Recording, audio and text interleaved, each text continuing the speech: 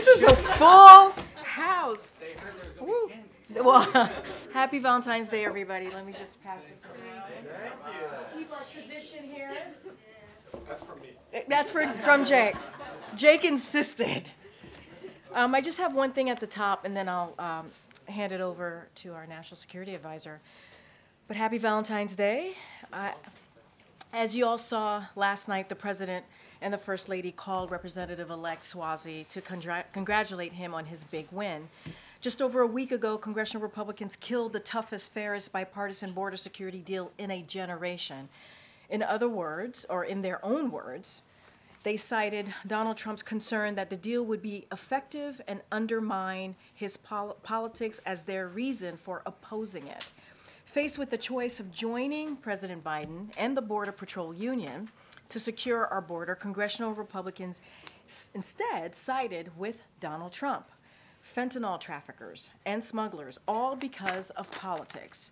You all saw the president's reaction when the speaker blocked border security. He said, "I want to be absolutely clear about something.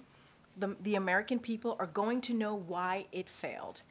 I'll be taking this issue to the country." Tom Swazi put congressional Republicans' killing of border security at the forefront of his campaign. Here's the Wall Street Journal this morning. Swazi called for securing the border and attacked Pilip for critiquing Biden's border approach without providing an alternative. Swazi endorsed a bipartisan deal that would have established a new asylum process at the border. And what happened?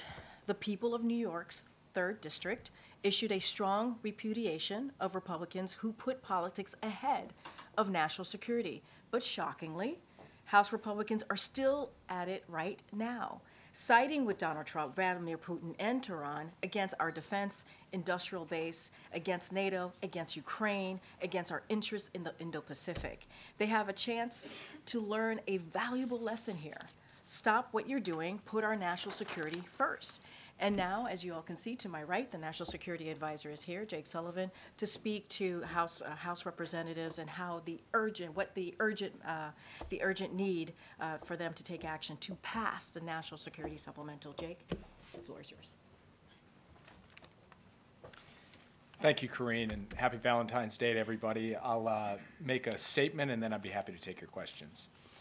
Yesterday, the Senate took important action to advance America's core national security interests by overwhelmingly passing the National Security Supplemental Agreement. This bipartisan legislation will allow the United States to continue to support the people of Ukraine alongside our allies and partners as they fight every single day to defend their freedom and independence.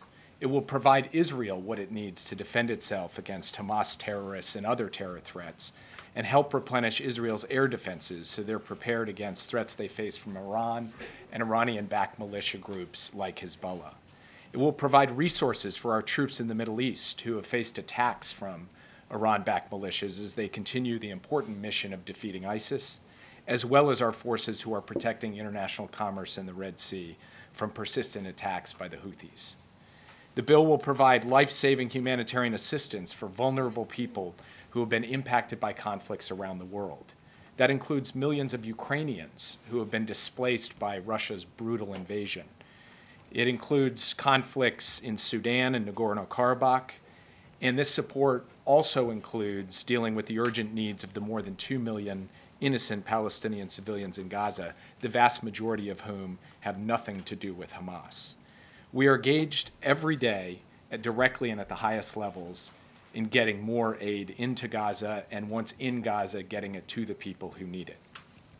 In his calls and conversations with regional leaders, the President has worked through these challenges of humanitarian assistance at a concrete and granular level in order to help overcome obstacles and facilitate a sustained increased flow of humanitarian assistance. Innocent civilians in Gaza have suffered extraordinary pain and loss these last 4 months, and we're working around the clock to find a way forward that brings peace, security, and dignity for Palestinians and Israelis alike, with the security of the State of Israel guaranteed. The National Security Supplemental Agreement also continues our important investments in the U.S. defense industrial base, supporting jobs across the country. We've already ramped up production lines in 40 states over the past 2 years, expanding factories and hiring American workers to make the weapons Ukrainians are using on the front line in their fight for freedom, thanks to previous funding that Congress has provided. The investments this bill puts forward will allow us to strengthen our own domestic manufacturing capacity, revitalize our submarine industrial base, and improve our military readiness. It also increases support to allies and partners in the Asia-Pacific and sends a powerful message that even as we're dealing with immediate crises and challenges in Europe and the Middle East, we're keeping our eye on the ball on the long-term strategic position of the United States of America in the critical Asia-Pacific region. You heard the President yesterday thank the broad bipartisan coalition of senators who came together to advance this agreement. And he urged Speaker Johnson to quickly bring this bill to the floor of the House of Representatives for a vote. Because we know if that vote comes to the floor of the House of Representatives, it will pass on an overwhelming bipartisan basis, just as it did in the Senate. As the President said, we cannot afford to wait any longer. Every day comes at a cost to the people of Ukraine and to the national security interests of the United States of America. The stakes are getting higher. The costs of inaction are also getting higher every day, especially in Ukraine.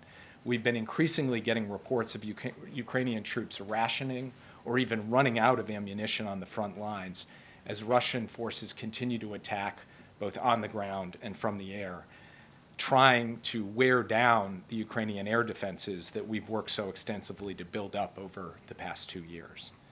So our allies are watching this closely. Our adversaries are watching this closely. There are those who say U.S. leadership and our alliances and partnerships with countries around the world don't matter or should be torn up or walked away from. We know from history that when we don't stand up to dictators, they keep going. And the consequences of that would be severe for U.S. national security, for our NATO allies, for others around the world. And so President Biden is determined to get this done on a bipartisan basis through the House of Representatives to get this aid out the door so that we are helping our friends and partners and we are helping ourselves. And with that, I'd be happy to take your questions. Yeah. Thanks, Jake. Shortly before you came out, Congressman Mike Turner issued a statement saying that President Biden should declassify intelligence related to a, quote, serious national security threat. What can you say about the threat and what the administration plans to do?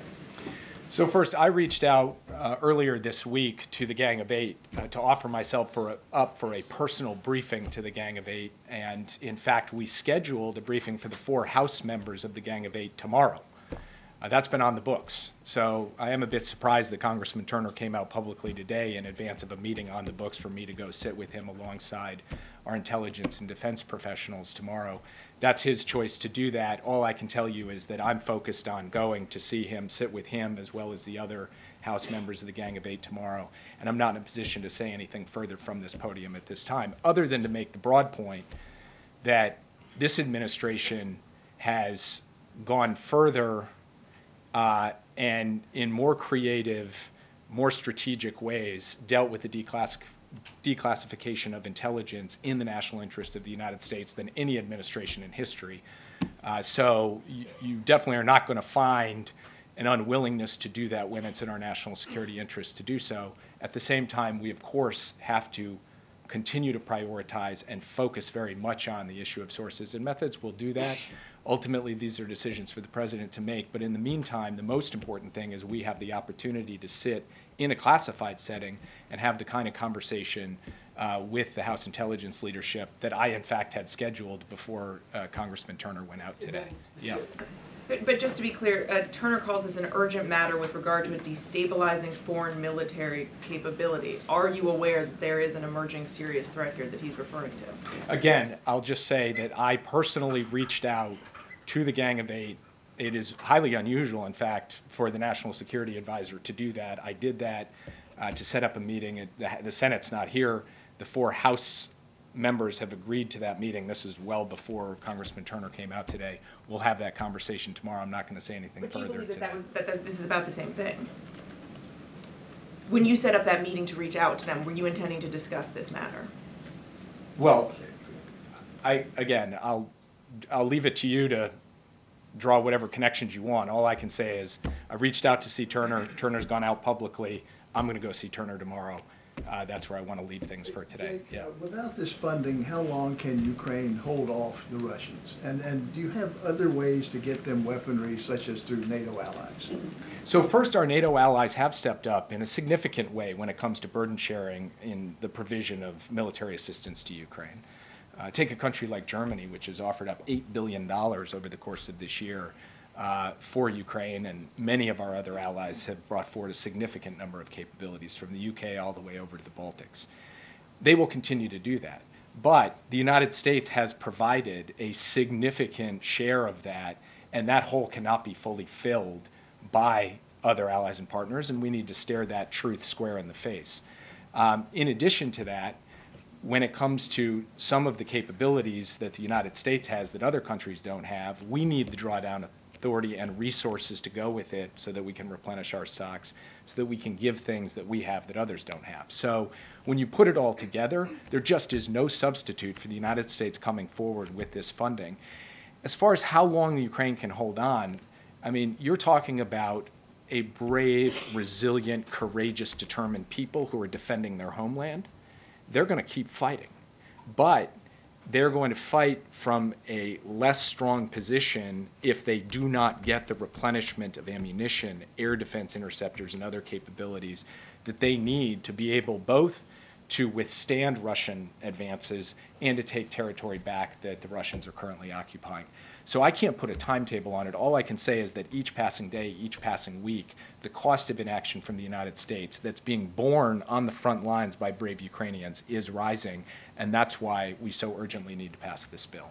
Yeah. I have a question on the Middle East, but just a quick follow-up on what Congressman Turner said. Is there anything you can say to characterize what this threat is or what country it involves? I mean, should the public be alarmed at this point, since he has said this publicly? I'm not in a position to say anything further today. Like I said, I look forward to the discussion with him, and obviously from there we will determine how to proceed. But standing here at the podium today, I can't share anything further.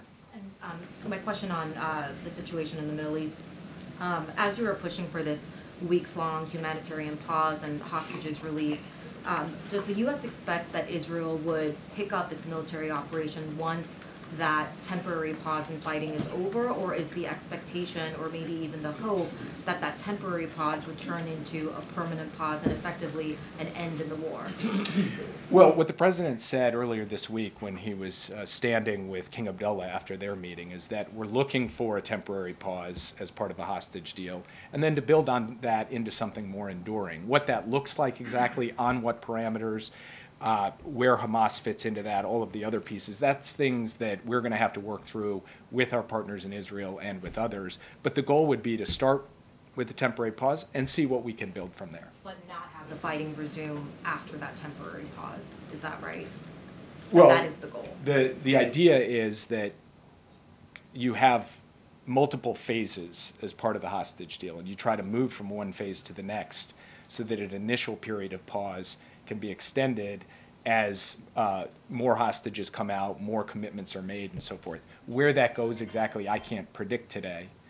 What we would like to see, what the president also said in his remarks, is that Hamas is ultimately defeated, that peace and security come to Gaza and to Israel, and that we then work towards the longer-term issues related to a two-state solution with Israel's security guaranteed.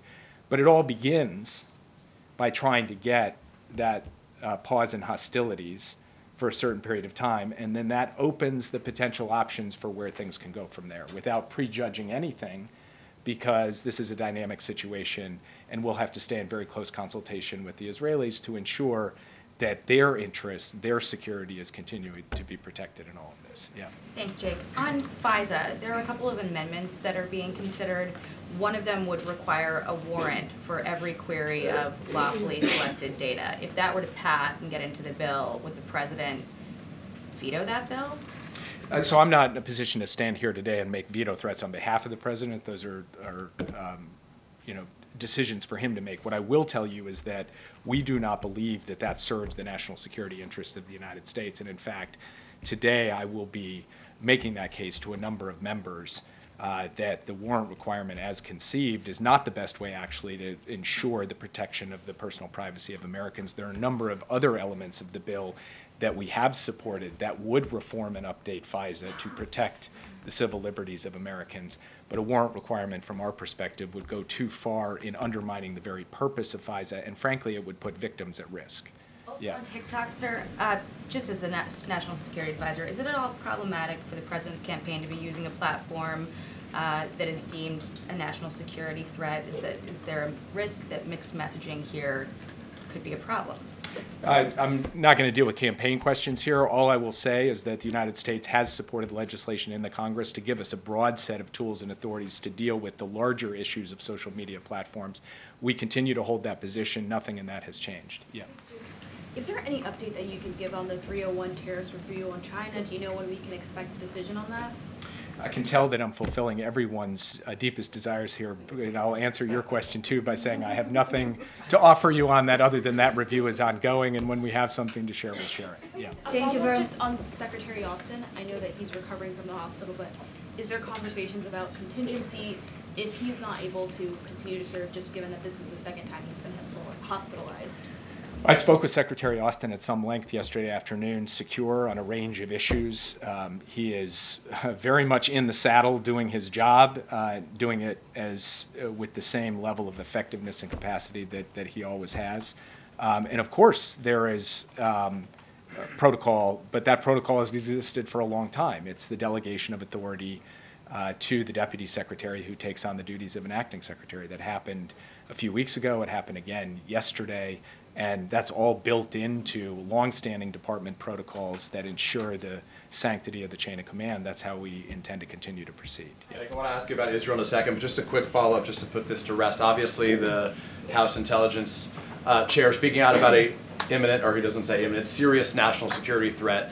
The lack of your ability to say anything has the potential to raise distress for some Americans. In the simplest of terms, can you tell Americans that there's nothing they have to worry about right now in terms of what he describes as a national security threat? Look, I think in a way that question is impossible to answer with a straight yes, right? Because Americans understand that there are a range of threats and challenges in the world that we're dealing with every single day. And those threats and challenges range from terrorism to state actors. And we have to contend with them, and we have to contend with them in a way where we ensure the ultimate security of the American people. I am confident that President Biden, in the decisions that he is taking, is going to ensure the security of the American people going forward. And I will stand here at this podium and assert that, look you in the eye with confidence, that we believe that we can and will and are protecting the national security of the United States and the American people. Perfect. Thank you for your answer. I just want to ask you then about Israel, which is my primary question here, which is that the White House has said it would like to have from Israel a credible plan in terms of what it's going to do in Rafah to avoid civilian casualties there. What does the White House believe that plan needs to look like, and what is the consequence for Israel if it doesn't meet that desire of the United States? So I'm not going to lay out all of the details standing here at the podium because those are intensive conversations we're having with the Israeli government right now in detail. But broadly speaking, it means being able to deal with three realities. One reality, you've got more than 1 million people in a very small area, and those people have to have a place to go that is safe. A second reality is that the aid that Palestinian civilians rely upon comes in through Rafah. And so if military operations either disrupt the crossings, Kerem Shalom and Rafah crossing coming in, or disrupt the distribution points, that will make it more difficult to move aid around. So we need answers to the question, not only where do people go, but how do they get a sustained level of aid, food, medicine, water, shelter. And then the third reality is that this is pressed right up against the Egyptian border. And you've heard directly from the Egyptians their concern about what that could potentially mean on that border, and there needs to be a clear answer to that question as well. Those are the kinds of things we are talking about with the Israeli government, and the president has been clear, as he said in his remarks on Monday, we need to see that credible and implementable plan. And the consequence if they don't meet that? So I'm not going to speculate here today on the if-then hypothetical. I will just say that our position on the question of Rafah is clear, and we are pressing very hard on this basic issue that you've got exposed, vulnerable civilians in Rafah. They need to be protected. Thank you, Jake. Yeah. Yeah, thanks, Jake. What is your response to this idea pushed by Donald Trump that foreign aid should be to other countries should be treated as a loan? It's an idea, a concept that appears to have picked up steam with some Republicans, Senator Lindsey Graham, citing that as the reason he voted against the supplemental funding package. Look, there can be a place for loans and foreign assistance. There have been for a long time, but there's a number of categories of foreign assistance where that makes no sense. You know, try telling a Palestinian mother in Gaza that, you know, to get a piece of medicine they have to take out a loan. Humanitarian assistance in the best traditions, bipartisan traditions of the United States, has never been a loan. It's been something we provide to people in desperate need in conflict situations. So that's one category where I think the loan concept just has never applied and makes no sense to apply. A second is when you're dealing with a country that is fighting for its life, like Ukraine, that needs an economy to remain basically afloat, basically intact, to not collapse and have the entire weight of the country collapse with it. Talking about loans as opposed to providing the necessary infusion of cash is only going to make the economic problems of that country worse at a time we are trying to make them better, because a stronger, more stable, more secure Ukraine is in the fundamental national security interests of the United States. So there's another place where it wouldn't make sense. And then, of course, you have the funding for Israel in the supplemental, including money designed to ensure Israel's security. I would ask the question, is Donald Trump and is Lindsey Graham saying that we should only be providing that money on a loan basis, or that the memorandum of understanding that has been supported on a bipartisan basis over the course of a decade should be converted into a loan? I think you would probably find them taking a different approach on that question. So from our perspective, we look at every element of U.S. foreign assistance through the lens of, does it help solve a problem, and does it help advance the security and values of the United States? And we believe that we can answer that question, yes, for what we're putting forward in the supplemental, and we believe we can put it forward for what's in our base budget as well. And then on another topic, are you able to confirm a Wall Street Journal report today that the U.S. is investigating the potential use of white phosphorus by Israel on a recent attack in Lebanon? I mean, we look at reports that happen in all conflict situations all around the world. That's part of what we do to ensure our own compliance with international obligations, but I can't confirm any particular formal review of the kind that you're referring to. Yeah.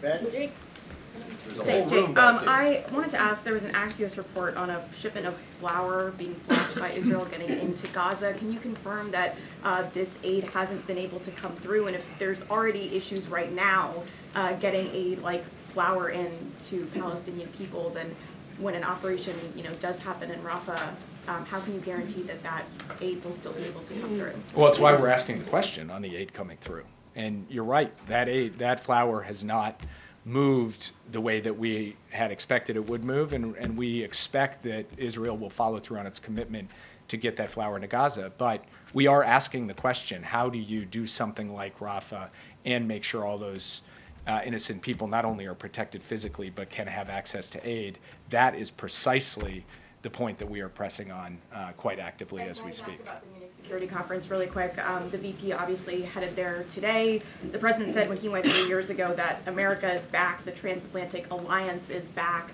But there are some concerns from European allies about that. So what message can the VP send when she heads there today? Well, look, one thing she can say is that the NATO alliance is bigger, stronger, and more vital than it has been in 75 years, having just added Finland and about to add Sweden. That since President Biden took office, we've gone from 9 NATO allies who were hitting their 2% threshold to 18. We have doubled that number in 3 years. You've got NATO countries stepping up now with implementable plans for the defense and deterrence of the East and the South in a way that you never did before. And you have unity among the NATO alliance in a way that has really been pretty unprecedented in modern memory. So she's going to go with a story to tell, not just about that, but about how the U.S. and Europe are aligned on some of the challenges we see from the People's Republic of China, how we're aligned on thinking about a clean energy transition, how we're aligned on sanctions against Russia and standing up for Ukraine. But she's also going to say, we're at an important moment here. And it is a time for choosing, and President Biden is making clear where he stands on these issues, and he thinks the American people are with him in standing strong for NATO and for transatlantic unity. Yeah. There's been rocket fire exchange between Hezbollah and Israel today. Do you think that can slip into some kind of escalation? And on Gaza, President Abbas has asked Hamas to compromise and conclude the hostage deal. Would the United States put more pressure on Netanyahu to compromise as well? And there's only one functioning hospital in Gaza for 1.5 million people. Many paramedics and doctors have been killed, as you know very well. What can you do? Is this acceptable for the U.S.? What can you do apart from the humanitarian aid that actually there is functioning hospitals for so many people who've been injured? So we do remain concerned about the possibility of escalation along Israel's northern border between Israel and Hezbollah. Hezbollah has been firing deeper and deeper into Israel, including in recent days. This is a matter of concern for us. It's something that we are in very close contact with the Israeli military, the Israeli intelligence services, and the political leadership about, and we will continue to work to try to generate an outcome in which Israel's security is guaranteed, their people can return to their homes, and the terror threat from Hezbollah is not the kind of acute threat that it has grown into as Hezbollah has moved closer and closer to the border in recent years. So we will keep working on that. With respect to the hostage deal, President Biden spoke with Prime Minister Netanyahu over the weekend. He made a he strongly advocated for moving forward to get this deal done and to capitalize on the progress that we have seen. He will continue to do that, and we will continue to stand up for the need to get a hostage deal, to get those innocent people home, and also to get a sustained pause that can help us move a lot more humanitarian assistance in. And frankly, in that context, also deal with some of the urgent medical needs that your last question raised. A hostage deal, a sustained pause, opens the door to being able to alleviate a significant amount of the suffering, including the medical suffering of the people, the Palestinian people. It's interesting what Abbas said. I'd just make one more point about Rafah. We have been unequivocal, as I have from this podium today, about the need for a credible and implementable plan to protect civilians. I would also point out that Hamas has to account for itself as well. Hamas is hiding among civilians, embedding itself among civilians in ways that also put those civilians at risk. And so some of the international community's questions and pressure should be on Hamas. And Abbas coming forward to do that today is kind of unusual because there hasn't been enough of that from enough voices in the international community. Yeah. Can I follow up on Gaza on deal, because the Israeli Prime Minister has decided not to send a delegation to Cairo for the talks. So what does this say about the prospect of this hostage deal? Do you believe can be reached? And I have another question on Venezuela, but can I ask? We believe that there can be a deal, there should be a deal, and everyone should keep working hard to get that deal. I can't speak to the specific tactics of a meeting on any given day, but the direction of travel has got to be everybody doing everything they can, including the government of Israel, to try to reach a deal that is good for Israel, that is good for regional security, and that the United States is going to keep pushing hard on privately with the Israeli government and publicly from this podium. Can I ask about Venezuela very quickly, because the administration, do you believe the administration misread Maduro's intention?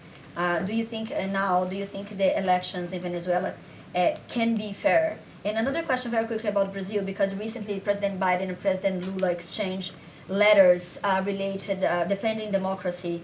Last week, the Brazilian Federal Police seized the passport of former President Bolsonaro as part of an investigation of attempted coup in Brazil after the election. And do you think the U.S. can learn something related to this from Brazil and work together? So on your first question, the structure of the understanding between the United States, the Maduro regime, and the opposition was not built on some kind of, enduring faith in the implementation of the agreement. It was built on verification.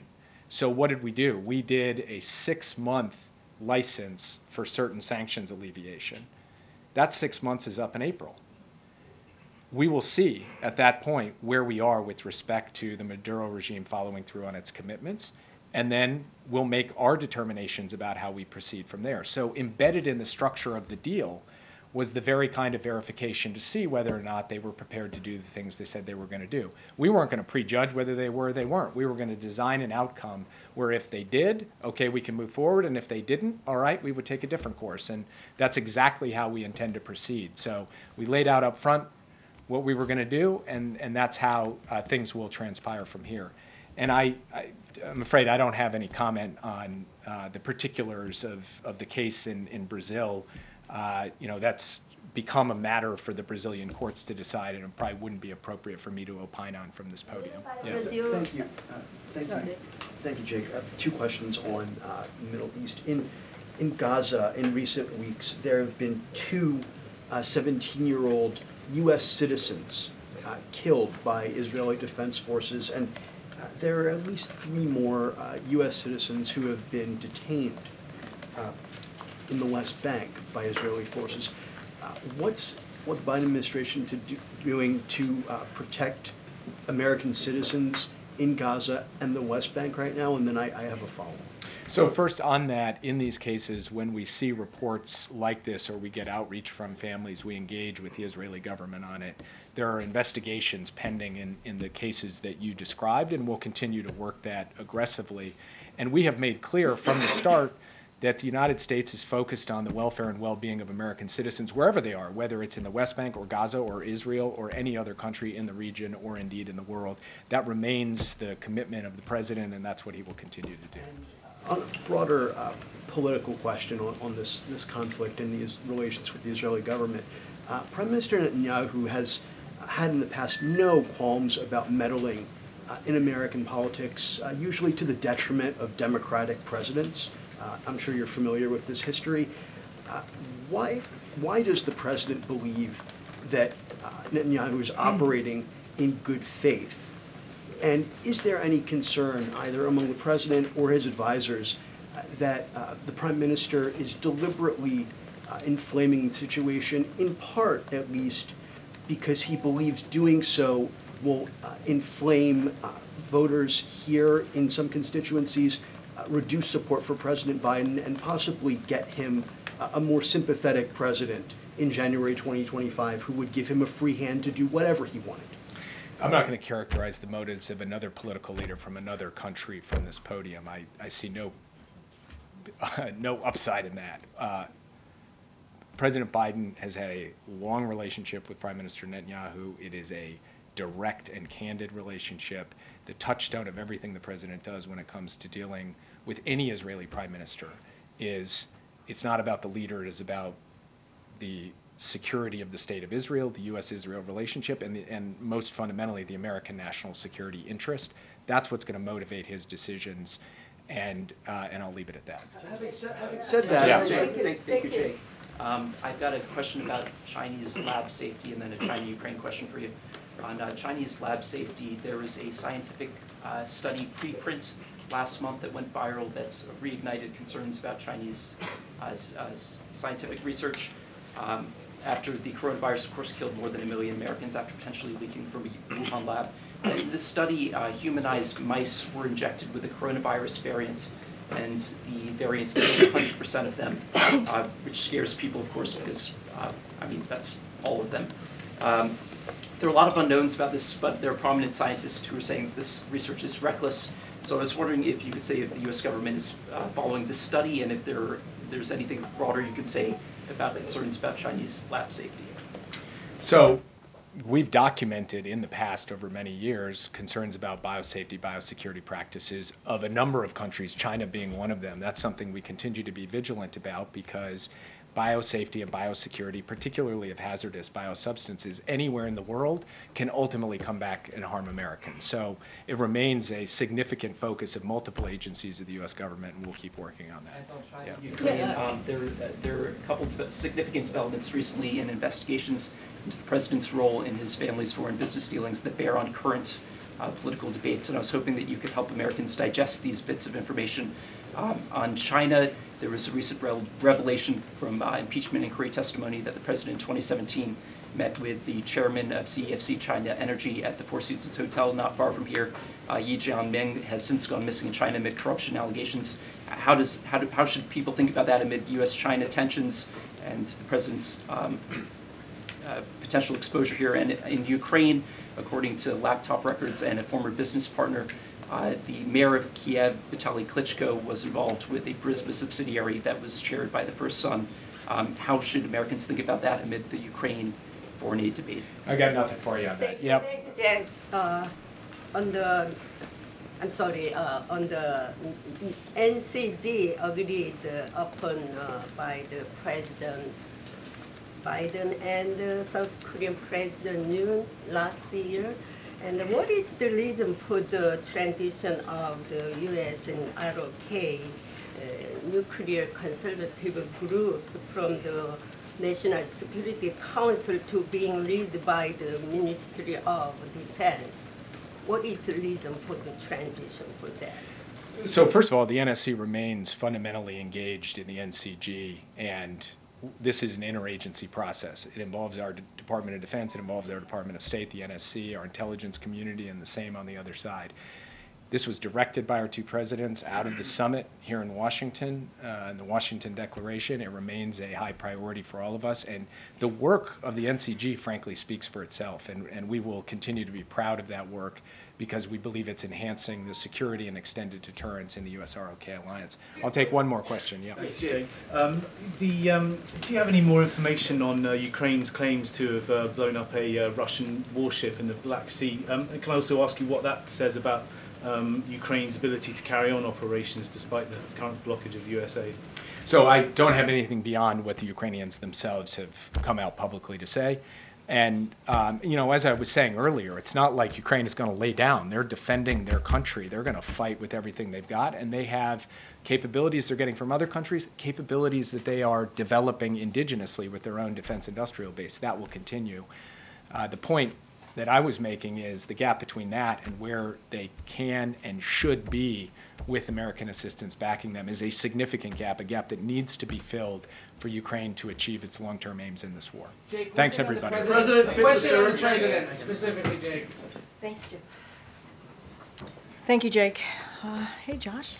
Good to see you. Good to see you. I will say this, it's been a while. I feel like... Yeah, that's true. It's true. Happy Valentine's Day. Thanks Happy for the gummy Valentine's bears. Day. So chocolate. Was it chocolate? No, it was bears. Bears. Yeah, yeah. I think bought German it, but I don't. Though, maybe Haribo. So. Oh gosh. Well, there you go. Heart candy. Right. So two questions. Okay. First, is the White House confident that the Democratic-led Senate can and will move quickly to dismiss the impeachment case against Secretary Mayor?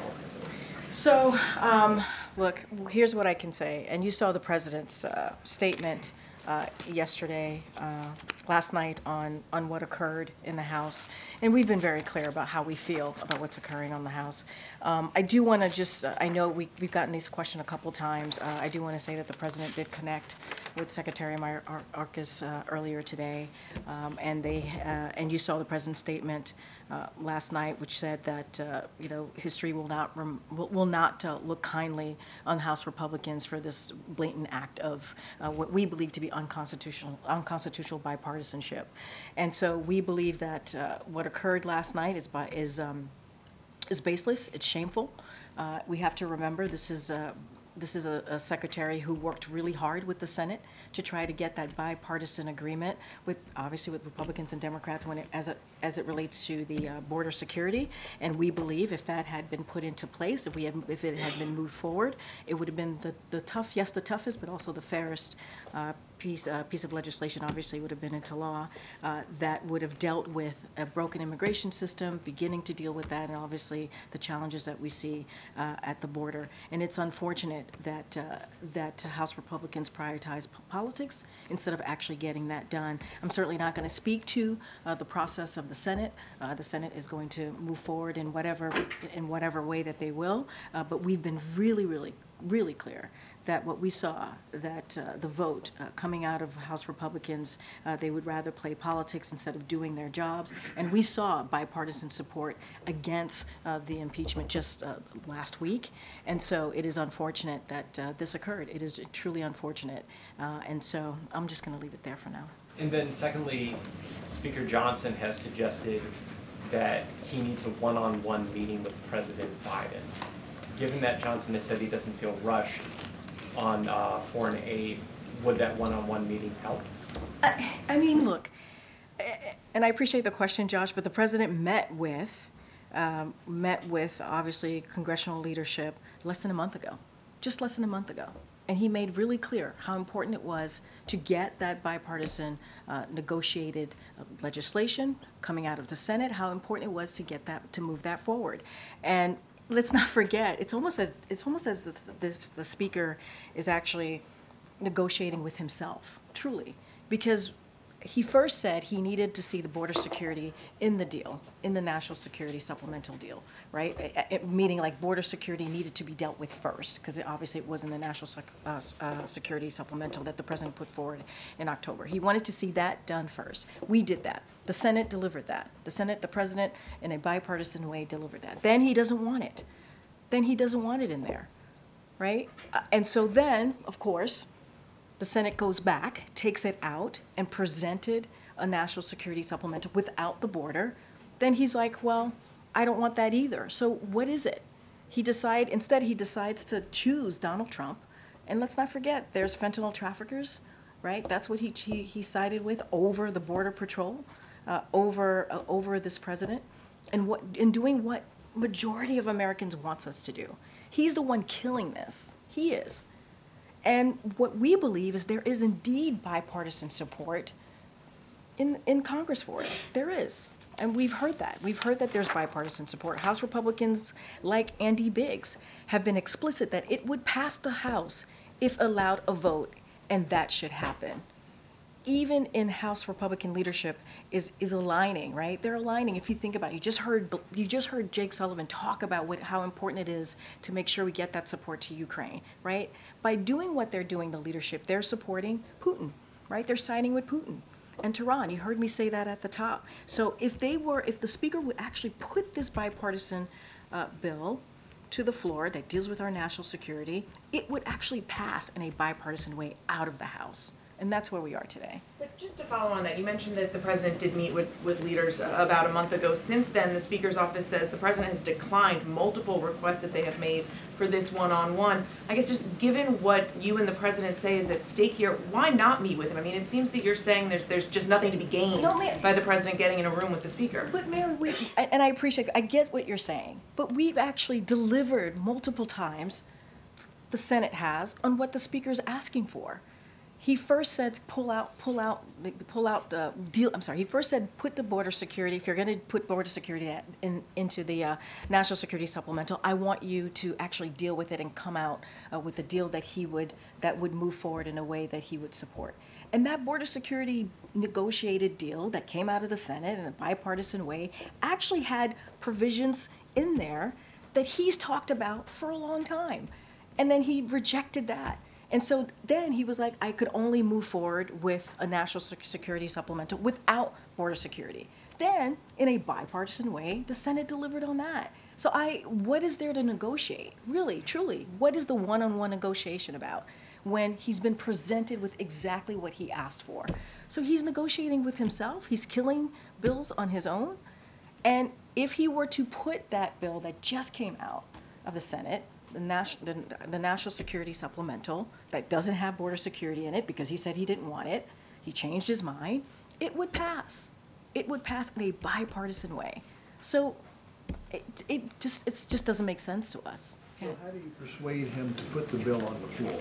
We're going to continue to put pressure on him. We're going to continue to answer the questions that you're asking. We're going to be very clear. The president was very clear yesterday in his statement. The National Security Advisor was very clear in his statement. We have been talking to congressional leadership and congressional members for some time.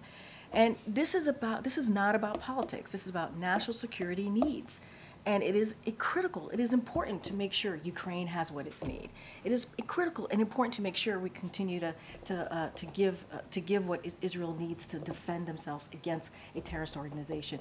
It is also critical and important to get that humanitarian assistance. You just heard from the National Security Advisor how important it is to get that humanitarian aid into Gaza. And so I think the speaker's confused. I think the speaker doesn't understand what it is that his job is.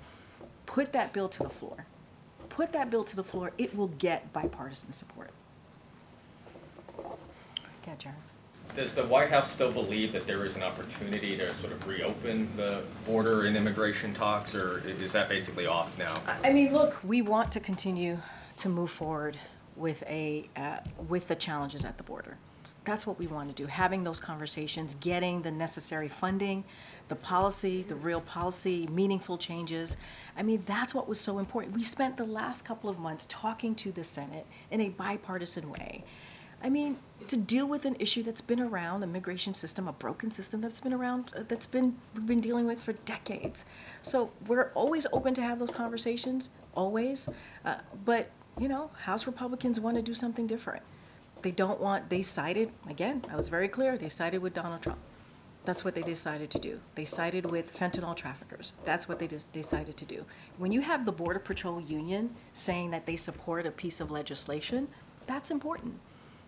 That's important. When you have things in that bill that they, meaning House Republicans, have talked about endlessly for years, and now they turn their backs on it, that doesn't make sense. That doesn't make sense. Of course we want to move forward with dealing with that issue in a real way. Go ahead. Thank you so much. I have a NATO question and then a Middle East question. Starting with NATO, what does the White House make of candidate Trump's proposal for a tiered alliance at NATO, and how would you characterize the difference between the Trump and Biden foreign policy doctrines? And then just secondly, is the administration seeking to reassure allies in the wake of Donald Trump's comments on NATO?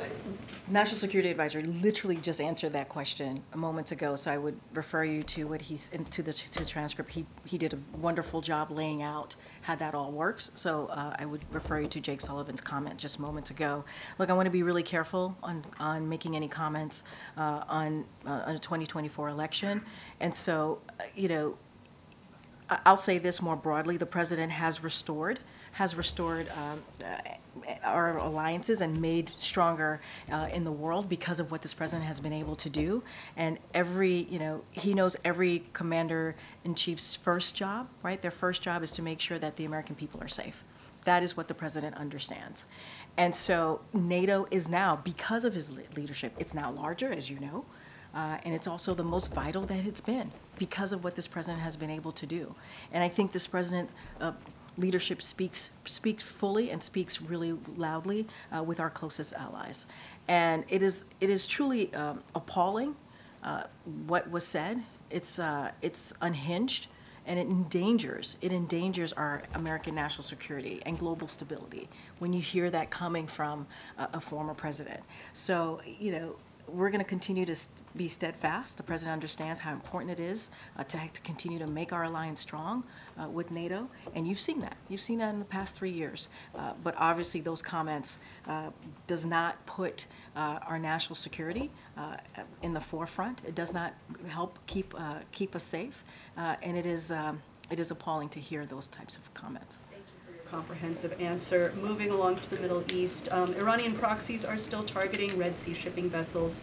Why is that? Why does the U.S. seem powerless when it comes to safeguarding commercial shipping? And then just very quickly, the president's campaign TikTok has been flooded with criticism over the U.S.'s support of Israel. How do you respond to that?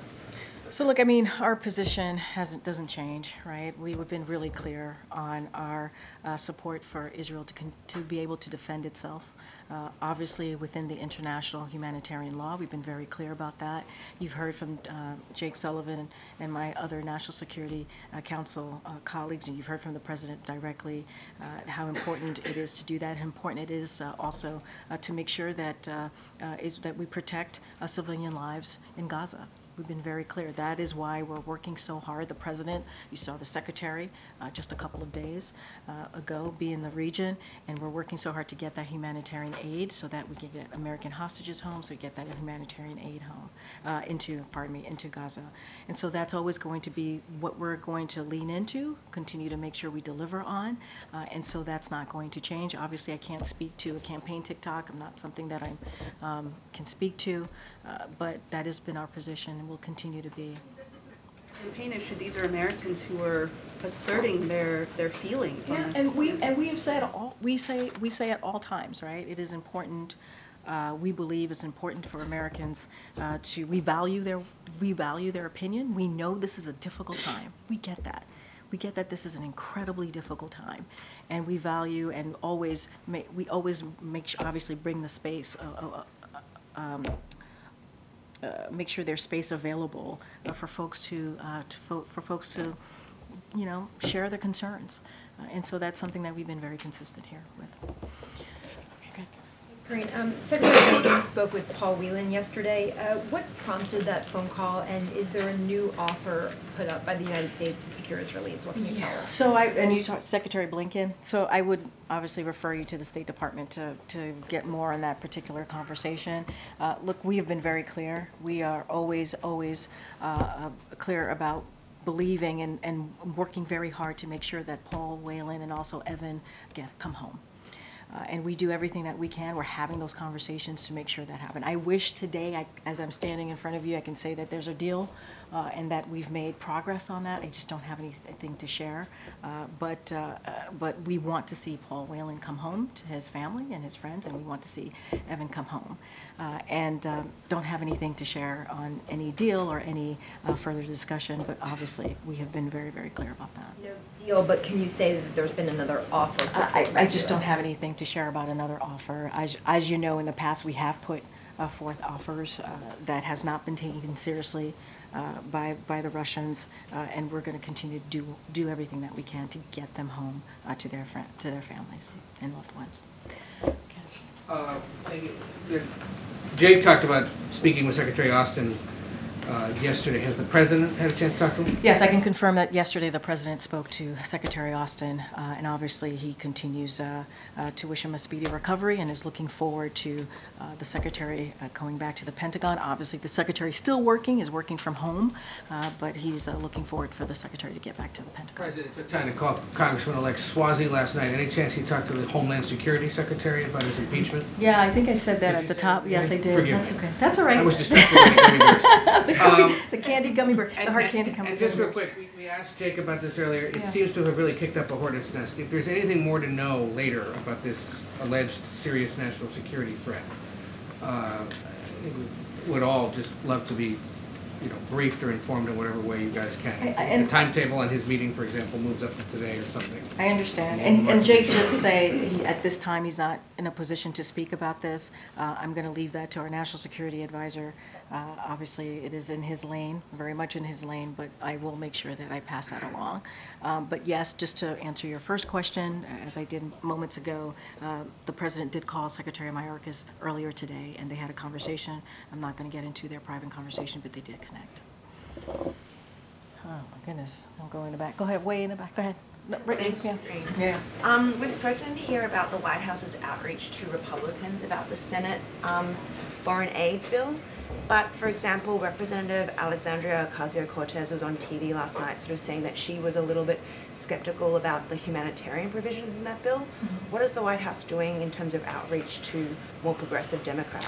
So, look, our Office of Leg Affairs and other White House officials are always in direct contact, continuous contact with congressional members, obviously congressional leadership as well. So I can assure you that we've had regular conversations. I'm not going to get into private conversation. We hear the Congresswoman's concerns. I just don't have anything to share outside of what she said. And next week is the second anniversary of Russia's invasion of Ukraine. Should we expect sort of programming around that? He's given The president's given sort of big speeches about that in the past. Yeah, and as you know, he went to Poland. He went to Ukraine, actually, in a war-zone country, obviously, last year, and Poland. I just don't have anything to share about any travel or remarks. Go ahead, Annie. Thanks. When Secretary Austin was initially hospitalized, or when the news came out about that, the White House said that there would be a hot wash about his hospitalization and why that information hadn't been shared more quickly. Can you give us an update on the status of that hot wash?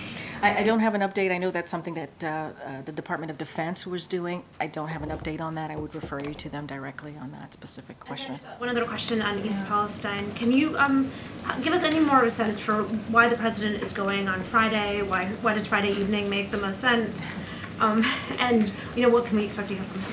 So we'll have certainly more to share with you. As you just stated, the president is going to go to East Palestine this coming Friday. It was at the invitation of the mayor. The president has always said when the time is right and when it made sense for him to go, he would go. And so that's what he's doing. He's going to be on the ground. He's going to get a briefing on what's happening. He's going to hear directly from the people of Palestine. And obviously this administration is continuing to make sure that Norfolk Southern is held accountable. And we want to make sure that we support the community as it moves forward. And they have said they do not want to be defined. The community does not want to be defined by this one event. And so the president's going to be on the ground. And we've had those key important agencies, FEMA, including DOT and others, and EPA obviously on the ground since day one, making sure that the community has what it needs. And we're going to obviously continue to call on Congress to pass the Bipartisan Railway Safety Act. So, in short, the president's going to hear from the community. We've been there since day one, hours after the derailment. We continue to be on the ground. We want to make sure that the community knows that we're going to do everything possible to hold accountable Norfolk Southern, and the president's looking forward to having those conversations and getting the briefing on the ground. So we'll have more. Go ahead, in the back. A new poll found that nearly 1 in 5 Americans believe that Taylor Swift was part of a plot to help President Biden win the election. And this conspiracy is particularly resonating with voters who believe the 2020 election was stolen. Is the White House concerned at all about this conspiracy theory and the fact that so many Americans believe it? Look, I mean, we've talked about this before. Obviously, what we saw on January 6th in 2021 spoke to that. It was an attack on our democracy, and the 2,000 plus angry mob that was there falsely believing that it was their right, or they could be able to turn over an election. That was, by the way, there were Republican judges, Democrat judges, many others who said it was one of the safest elections that we've had. And that the results obviously were the results of 2020. And so do we have a concern about our democracy and where it's going and protecting our democracy? The president speaks to this all the time. The president has made really critical key remarks about that. And does Americans care about that? You have a majority of Americans who actually believe that we need to protect our democracy, we need to protect our freedom. We saw that in the results of 2022 in that midterm election. That's what came out of that, one of the big issues that came out of that. And so we're always going to be concerned, obviously, and speak to it. And, there's a lot in front of Americans right now as it relates to our democracy, as it relates to our freedoms. Anything else, look, the Taylor Swift conspiracy, that's for others to speak to. I'm not going to speak to that from here. Okay. The president said yesterday that he would be taking questions today or tomorrow. What was he referring to? I don't have anything to share at this time. As you know, the president takes questions from you all often.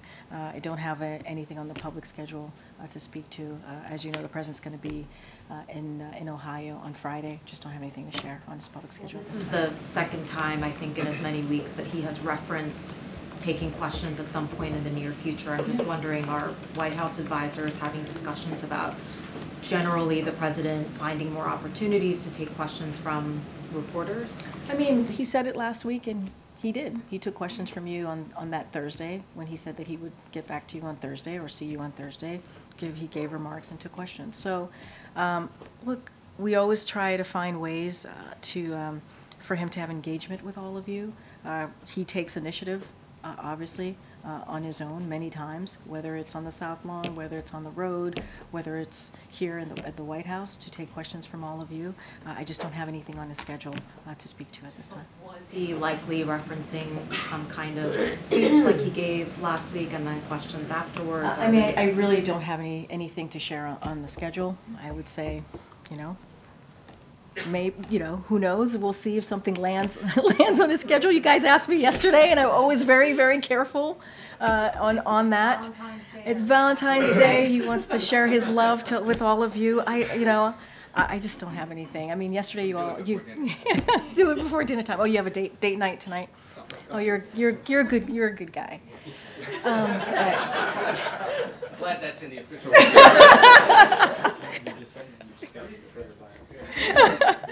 But you all asked me that yesterday, and I'm always very careful, and didn't have anything at the time when you all asked me the same question.